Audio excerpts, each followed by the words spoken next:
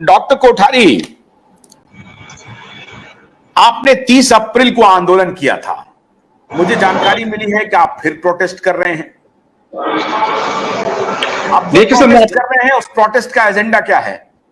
देखिए सर, हम आपको बताते हैं, जो सरकार ने कहा था कि भाई ये जो तथाकथित जो आपका है ये सेफ है, सुरक्षित है, लेकिन इसकी वजह से लाखों करोड़ों लोगों की मृत्यु हो रही है, करोड़ों लोगों को साइड इफेक्ट भी आ रहे हैं।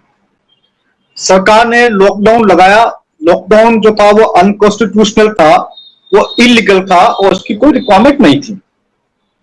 तो हमारी ये मांगे हैं, हमने इन सब मांगों को लेकर प्रधानमंत्री जी को एक चिट्ठी लिखी थी हमने, ये मैं आपको दिखाना चाहूंगा।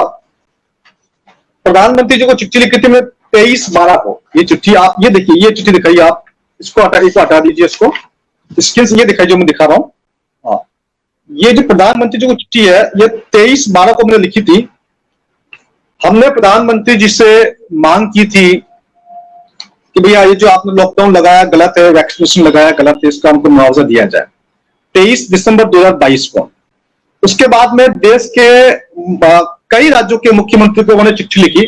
मैंने कर्नाटक के सीएम को चिट्ठी लिखी, मैंने तेलंगाना के सीएम को चिट्ठी लिखी, मैंने राजस्थान के सीएम को चिट्ठी लिखी, मैंने हरियाणा के सीएम को चिट्ठी लिखी, मैंने दिल्ली के केजरीवाल साहब को 3 बार चिट्ठी लिखी। अब मैं आपको दिखाता हूं, ये जो केजरीवाल साहब का जो चौथी चिट्ठी थी, ये वाली चिट्ठी है, ये चिट्ठी दिखाइए आप पब्लिक को। ये जो चिट्ठी है ये केजरीवाल साहब का चौथा लेटर था मेरा। इसके जवाब में केजरीवाल साहब ने जवाब हमको दिया है और जवाब ये दिया है, ये इसका जवाब है, ये देखिए आप। इसमें जवाब में ये लिखा हुआ है कि the COVID-19 vaccination program is being conducted as per the guidelines and the guidance of the Ministry of Health and Family Welfare, Government of India. Guidelines for provision of compensation for any adverse event following COVID-19 vaccination, including death, लिखा हुआ इसमें, including death, have not been communicated by Ministry of Health and Family Welfare, Government of India. तो केजरीवाल साहब ने ये बोल दिया कि भैया हमारा इससे कोई मतलब नहीं है, ये तो गवर्नमेंट ऑफ द इंडिया की गाइडलाइंस थी, हमें उससे कोई मतलब नहीं है और उनकी ओर से ऐसा कुछ कंपनसेशन का सिस्टम नहीं है। हमने इधर प्रधानमंत्री जी को चिट्ठी लिखी, वहां से भी कोई जवाब नहीं आया, तो मजबूर होकर के हमारी मजबूरी हो गई कि हम अब चिट्ठी से ऊपर उठ के एक सॉफ्ट प्रोटेस्ट करें। तो 30 अप्रैल को हमने एक सॉफ्ट प्रोटेस्ट किया। इसकी प्रधानमंत्री जी को जो ज्ञापन दिया गया है, ये इस ज्ञापन की कॉपी है, आपको मैंने अलग से पहुंचाई होगी, आप देखिए। इस ज्ञापन के अंदर हमने 11 मांगे रखी है और उस 11 मांगों के अंदर हमने बड़ा स्पष्ट कर दिया है कि जो लॉकडाउन से जो नुकसान हुआ है उस नुकसान की भरपाई की जाए, जो हुई है, जो साइड इफेक्ट हुए हैं उनका मुआवजा मिले। इसके साथ में जो विदेशी ताकतों ने जो देश को लूटा अंग्रेजों ने, करीब मान के चलिए $400 ट्रिलियन के आसपास था वो, उसकी पैसे की वापसी की जाए। जो स्विस बैंक में जो ब्लैक मनी हमारा जमा है 1000 लाख करोड़, उसकी वापसी की जाए और इस पैसों को ला करके सभी प्रकार के टैक्स हटा दिए जाए, क्योंकि ये तो पैसा आ जाएगा तो भारत की जनता को 585 वर्षों तक किसी प्रकार का कोई टैक्स देने की आवश्यकता नहीं पड़ेगी। इसके अलावा जो देश के मंदिर और मठ है वहां से भी सरकार पैसों का वसूली करती है ना, तो उनको सरकारी नियंत्रण से मुक्त किया जाए। गौ माता की हत्या रात दिन होती रहती है, लोग आपस में झगड़ा करते हैं, तो इससे बढ़िया है कि एक ही प्रमाणित इलाज कर दो इसका। देश में सभी प्रकार से गौ हत्या पर रोक लगा दीजिए, रोज उसके झगड़े घंटे खत्म हो जाएंगे। किसानों को एमएसपी की गारंटी दी जाए। जो ईवीएम का जो सिस्टम है, ईवीएम के खिलाफ हम पिछले 6-7 वर्षों से काम कर रहे हैं।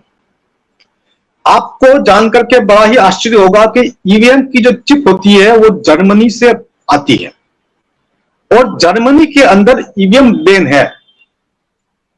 जिस देश में ईवीएम की चिप बनती है, भारत सरकार इंपोर्ट करती है, कई देश इंपोर्ट करते हैं, वहां पर ईवीएम बैन लगा हुआ है।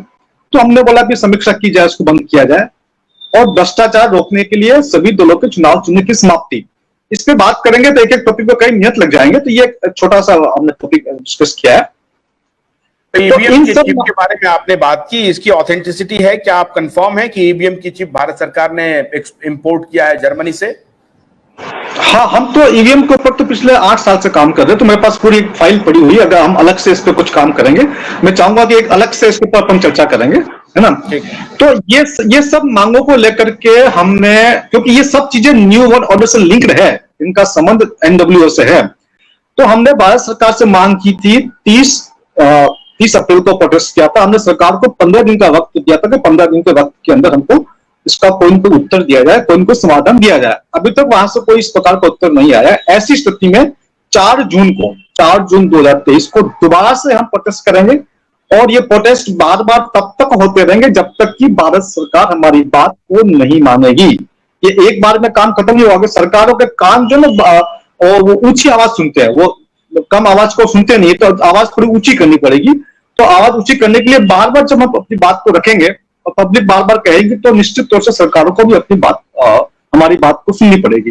तो इस लिस्ट को लेकर के 4 जून को इन्हीं 11 मांगों को लेकर के 4 जून को सरकार के पास दोबारा जा रहे हैं, हम दोबारा प्रोटेस्ट करने जा रहे हैं और सरकार को बताने जा रहे हैं कि अगर आपने इस प्रकार से हमारी मांगे नहीं मानी तो हम स्टेप बाय स्टेप अपने आंदोलन को और अधिक मजबूत करेंगे और अधिक इंटेंसिफाई करेंगे।